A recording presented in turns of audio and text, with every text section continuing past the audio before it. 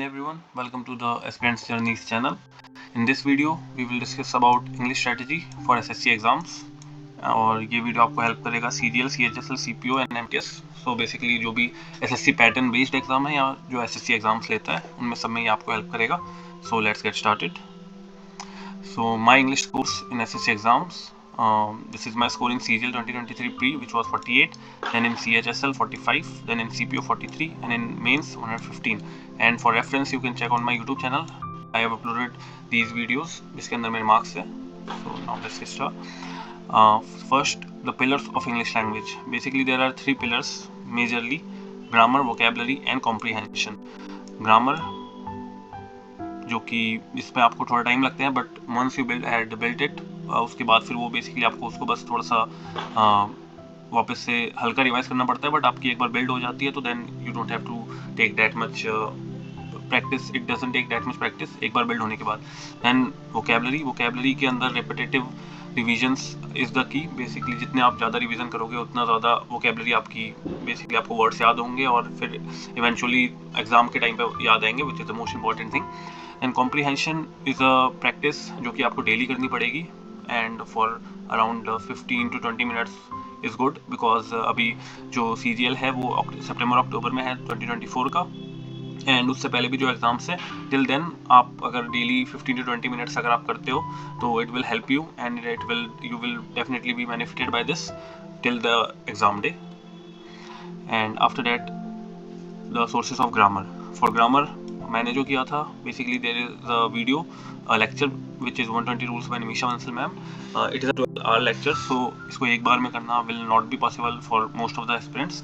So I will suggest you to cut it in 8 parts की मतलब 7-8 बार में तुम कर लो, like 1 to 2 hours more than enough.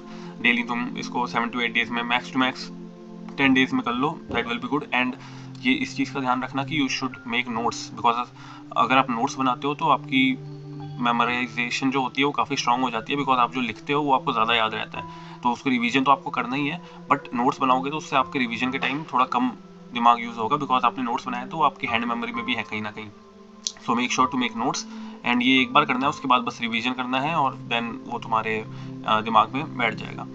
And after that PYQ मॉक्स. PYQ आप जो मॉक्स लगाते हो उसके अंदर जो भी आपको रूल्स मिलते हैं XYZ, लाइक नो सूनर वाला, नो सूनर देन वाला, या जो भी XYZ आपको रूल्स मिलते हैं PYQs में, वो मोस्ट इंपॉर्टेंट है. बिकॉज अगर फ्यूचर में बाई चांस वो रिपीट होते हैं then you should be confident about that कि हाँ यार ये तो मैंने पढ़ रखा है. So PYQ mocks are the important thing. उससे जो भी रूल्स मिले make sure to have a proper notes, proper copy बनाओ जिसके अंदर तुम ये सारी चीज़ें कर रहे हो फॉर एवरीथिंग. लाइक इंग्लिश की कॉपी में सिर्फ ये नहीं कि ग्रामर के लिए अलग कॉपी है, एक मॉक्स के लिए अलग कॉपी है, देन उसके अलावा एक वोकेबलरी के लिए अलग कॉपी है इफ़ यू नीड. अगर नहीं तो वोकेबलरी तुम बुक्स से पढ़ते हो, दैट विल बी गुड. और फिर उनके बाद जो कि या तो हिंदी मीडियम से हैं या फिर बेसिकली उनकी सब्जेक्ट नॉलेज इतनी स्ट्रांग नहीं है. लाइक टॉकिंग अबाउट मी, तो मेरी इंग्लिश ठीक ठाक थी. आई विल नॉट से कि मेरी बहुत अच्छी थी, बट हाँ थोड़ी वोकेबलरी और ये सब पे ध्यान देने के बाद मेरी ठीक ठाक थी. तो मेरे को उतना ज़्यादा ध्यान ग्रामर पे नहीं देना पड़ा, बिकॉज मैं बुक्स वगैरह पढ़ता था तो मेरी अच्छा एक लाइक नॉर्मल लेवल था. तो जो वीक स्टूडेंट्स हैं जिनकी सब्जेक्ट नॉलेज उतनी स्ट्रांग नहीं है, वो कोई भी एक अच्छा सा बैच ले सकते हैं और फाउंडेशन स्ट्रांग बनाएंगे. बिकॉज फाउंडेशन एक बार तुम्हारी बन जाती है देन इंग्लिश में तुम्हें उतना ज़्यादा मेहनत करने की ज़रूरत नहीं है, बस एक फाउंडेशन स्ट्रांग होनी चाहिए. तो उसके लिए तुम किसी भी किसी भी सर का, टीचर का कोर्स ले सकते हो. According to me Aman Vashishth sir का काफ़ी अच्छा कोर्स होता है, बिकॉज मैंने उनसे लेक्चर्स यूट्यूब पे देखे. मैंने उनका कोर्स नहीं लिया है, बट हाँ उनके यूट्यूब पे मैंने लेक्चर्स देखे हैं, लाइक डायरेक्ट इनडायरेक्ट के एंड एक्टिव पैसिव वॉइस और ग्रामर रिलेटेड. एंड एक और सर हैं तरुण ग्रोवर सर, इंग्लिश, वो भी इंग्लिश ही पढ़ाते हैं. उनका भी काफ़ी मतलब सही है, वो भी काफ़ी सही पढ़ाते हैं. मैंने उनसे भी लेक्चर्स किए हैं तो वो भी काफ़ी सही पढ़ाते हैं. बाकी आप जिससे भी कनेक्ट करते हो आप उनका कोर्स ले सकते हो. बिकॉज बेसिकली लास्ट में तुम पे ही आता है कि यार तुम किससे कनेक्ट कर रहे हो. अब तुम जिस भी टीचर से कनेक्ट कर रहे हो उनका कोर्स लो और आराम से कर लो. बिकॉज अभी काफ़ी टाइम है CGL में, तो आराम से 4-5 महीने में मेरे हिसाब से अच्छा खासा तुम्हारा फाउंडेशन बन जाएगा and it will help you. So make some investment. अगर आपकी वो चीज़ सही नहीं है तो उस पर इन्वेस्टमेंट डालो. That is a good investment जो कि which will be fruitful in your future. Okay, so then sources of vocabulary. Vocabulary के लिए सबसे important MB publication. Like talking about my experience, मैंने सबसे पहले MB पब्लिकेशंस ही की थी. बिकॉज इसके अंदर जनरली क्या हो जाता है कि PYQs भी काफ़ी होते हैं एंड PYQs बेस्ड ही होता है, तो फिर वो बहुत इंपॉर्टेंट है। सो इसकी वजह से MP publications you should buy it. अगर बाय नहीं कर सकते तो पीडीएफ वगैरह मिल जाएंगी टेलीग्राम पे, कहीं से भी तुम जुगाड़ो जो भी करना है, because that's up to you. But हाँ, एमपी पब्लिकेशंस अगर नहीं मिल रही है तो उसकी वोकेबलरी पार्ट की फोटोकॉपी करा लो, किसी के पास बुक होगी तो वो कर लो, बट वो काफ़ी मतलब उसको मल्टीपल रिविजन्स लाइक 10, 15, 20 बार उसको रिवाइज करते रहो डेली के daily. Then Neetu Singh volume 1, Neetu Singh volume 1 तो ऑब्वियसली सभी जानते होंगे कि क्या है, एंड उसके अंदर भी जो कैब्स हैं वो भी करना। उसको करने के बाद भी मतलब बेसिकली वो कैब इज़ ऑल अबाउट कि तुम कितना बार रिपीट करते हो और कितनी फिर धीरे धीरे बढ़ाते रहते हो, बिकॉज वोकेबलरी ऐसी नहीं है कि हाँ भाई मैंने ये 100 कर लिया और बस it will be done for the exams. Vocabulary है कि तुम्हें एनहेंस करनी पड़ती है हमेशा विद द टाइम, थोड़ी थोड़ी बढ़ाते रहोगे, but at the same time ऐसा नहीं है कि बढ़ाते जा रहे हो पीछे का भूलते जा रहे हो। So revision is also the key. Then the Pandits की पीडीएफ, द पंडिट्स को मेरे हिसाब से सब जानते होंगे, जो नहीं जानते हैं you should know if you are an SSC aspirant, because मैं भी उनके ग्रुप में था and it had help me a lot in my preparation. So उनकी भी जो पीडीएफ्स होती हैं, best 500 vocabulary, one word substitutions, वो पीडीएफ्स तुम आराम से एनेबल कर सकते हो टेलीग्राम पे। उनका जो पब्लिक चैनल है, पब्लिक ग्रुप है, उसके अंदर जाओ आराम से, उसके अंदर तुम्हें बहुत कुछ अच्छा मिलेगा लाइक पीडीएफ्स एंड ऑल। वो तुम आराम से उसमें से मतलब अपनी जो वन वर्ड सब्स्टिट्यूशंस वाली पीडीएफ है वो तुम यूजफुल तुम्हारे लिए होंगी और तुम उसको यूज़ कर सकते हो। Then PYQ mocks, obviously SSC और पीवाईक्यू तो भाई भाई हो गए। एसएससी में PYQ is the most important thing. So PYQ से जो भी तुम मॉक्स लगाते हो पीवाईक्यू के, उस पे बेस्ड जो भी वो कैप्स है उसको लिख लिया करो, एंड नॉट जस्ट ओनली कि मतलब ये आया था, उसके साथ के भी जो 2-3 ऑप्शंस हैं, जैसे एक ऑप्शन तो सही होगा बट उसके साथ और 2-3 ऑप्शंस होंगे तो सही नहीं होंगे, उसको भी डेफिनेटली लिखो, because may be in future वो आ जाए। तो अगर तुम्हें नहीं आता तो तुम एकदम उसको लिख लो, नोट्स बनाओ और अच्छे से लिख लो। तुम्हें अगर कोई भी वोकैब नहीं आती, रादर कि वो बाद में तुम रिग्रेट करो कि यार ये मैंने देखा तो था बट याद नहीं था, इससे अच्छा है कि तुम उस चीज़ के नोट्स बना लो। भले ही तुम्हें एक ऑप्शन चलो सही वाला तुमने लिख लिया, उसके साथ अगर 2 ऑप्शन ऐसे हैं कि यार इसका भी मतलब नहीं आता, तो वो भी लिखो, that is important. Then at last black book is optional. Basically अगर किसी ने ये सारी चीज़ें कर ली हैं उसके बाद वो ब्लैक बुक में जा सकता है, पर मेरे हिसाब से जो ये सारी चीज़ें कर लेगा वो उसका अभी तक हो गया होगा सिलेक्शन, आई थिंक सो। तो अगर किसी ने ये सारी चीज़ें कर ली हैं उसके बाद अगर उसके पास लगे कि हाँ यार अभी भी टाइम है तो वो ये कर सकता है। बाकी मैंने नहीं किया है, मैंने इतना मतलब सच नहीं किया था, बट अगर कोई करना चाहे तो कर सकता है। एंड अगर प्रायोरिटी की बात करूँ तो first priority would be 1 PYQ marks, बहुत important, then MP publications, then the Pandit की PDF, and then Neetu Singh volume 1, and this is optional.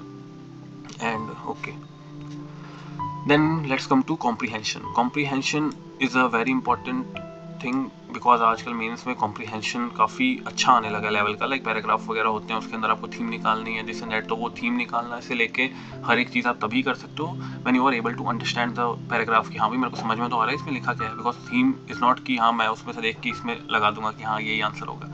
तो इसकी वजह से सो आप क्या कर सकते हो, newspaper reading, the Hindu preferable, but अगर नहीं कर पाते हो या फिर ऐसा लगता है कि नहीं यार उतना मज़ा नहीं आ रहा, द इंडियन एक्सप्रेस, जो भी हो, कोई भी तुम इंग्लिश न्यूज़पेपर बेसिकली, हाँ मतलब न्यूज़पेपर तो लेना है कोई भी, बट वो इंग्लिश होना चाहिए, बिकॉज तुम पता लगा दैनिक भास्कर उठा के डेली पढ़ रहे हो but that will not help you in English comprehension. So कोई भी English newspaper reading 5 to 10 minutes या 10 to 15 मिनट्स, जो भी तुम्हारा like if anyone likes politics तो उसकी न्यूज़ हो, कोई स्पोर्ट्स पसंद करता है उसकी न्यूज़ हो, कोई भी मतलब अपनी इंटरेस्ट की न्यूज़ पढ़ो, बट डेली 10 to 15 मिनट्स देखो, पढ़ो। देन इंग्लिश माध्यम एक टेलीग्राम पे चैनल है, उस वो डेली पीडीएफ डालते हैं, that is the best thing जो भी मैंने मतलब आई वॉज प्रिपेयरिंग तो वो बेस्ट चीज़ मिली थी मेरे को, बिकॉज उससे क्या हो गया था कि आपको 20 to 25 क्वेश्चन होते हैं, it is a basically a complete revision, कि तो उसके अंदर तुम्हें थोड़ी सी कॉम्प्रीहेंशन भी मिल जाती है, एक्टिव पैसिव वॉइस भी मिल जाता है, एंड काफ़ी कुछ मतलब सही रहता है अपना प्रॉपर, तुम्हारी एक बेसिकली मॉक की टाइप का हो जाता है, शॉर्ट मॉक टाइप का, तो that is very good. And for practice of comprehension कोई भी पीवाईक्यू लेना, अपना पिनाकल वगैरह मैंने पिनाकल से किया था, एंड या किरण या जो भी पीवाईक्यू लेना, और प्रीवियस ईयर के जितने भी कॉम्प्रीहेंशंस हैं उनको कर लेना, जिससे कि तुम्हें एक हल्का आइडिया मिले कि हाँ भाई किस हिसाब के आते हैं। एंड मोस्ट इंपॉर्टेंटली तो 22 के और 23 के करना जो भी आए हों, बिकॉज 22-23 में पैटर्न चेंज हुआ था, तो उसके बाद 22-23 के इंपॉर्टेंट है, वो कर लेना। सो ये सब कुछ करने के बाद एट लास्ट मेरे को ये बोलना है कि सिर्फ इसको, मेरी स्ट्रैटेजी को ब्लाइंडली फॉलो मत करना, उससे तुम्हारे मार्क्स नहीं आएंगे। जो भी तुमने सोचा है, जो भी तुमने किया है कि हाँ भाई मैंने ये सोचा है, मैंने ये चीज़ें कर रखी है, मैंने भाई मैं तो न्यूज़पेपर रीडिंग करता हूँ, तो फिर उसमें तुम्हें कुछ एडिशन करने की ज़रूरत नहीं है, अपने हिसाब से लो, बस थोड़े बहुत पॉइंट्स मेरे से उठा सकते हो, या फिर कितने सारे इंटरव्यूज देके थोड़े बहुत चीज़ें अपनी स्ट्रेटजी बनाओ, मतलब 50 लोगों की सुन के अपनी वो बनाओ, that will be helpful for you. And after that the most important thing is PYQ मॉक्स and analysis, because PYQ बहुत इंपॉर्टेंट है। मतलब जब मैं व्हेन आई वाज प्रिपेयरिंग, मैंने अराउंड 300 to 400 टॉपर्स इंटरव्यू देखे होंगे, जिसके अंदर एक चीज़ कॉमन थी, दैट वाज कि PYQ लगाए हैं भाई।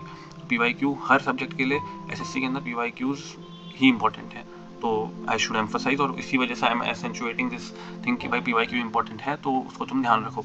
And then staying consistent, because consistent नहीं रहोगे तो अभी लॉन्ग टाइम है, तुम अगर होली दिवाली पढ़ाई करोगे तो फिर तुम्हारा नहीं होगा, ठीक है। लास्ट टाइम पे फिर वही लगेगा यार थोड़ा सा और टाइम मिल जाता, जो कि नहीं मिलने वाला। So stay consistent. मैं आई एम नॉट सेइंग कि यार डेली 10 घंटे निकालो, तुम मत निकालो 10 घंटे, ठीक है। 6 से 7 घंटे निकल रहे हैं, वेरी गुड। कोई थोड़ा सा कम हो गया, कभी कुछ हो गया तो चलो 5 घंटे निकल रहे हैं। ये फेस्टिवल है तो 3 से 4 तो निकल ही रहे हैं ना, तो मतलब डेली 3 से 4 तो कम से कम बेयर मिनिमम है कि हाँ यार इससे कम नहीं होना चाहिए, तो ये निकलना चाहिए। And at last, thank you, and always work hard, and remember the best is yet to come. So if you are working hard, then the best will come. I am talking this according to my experience, तो ये चीज़ होगी। And thank you.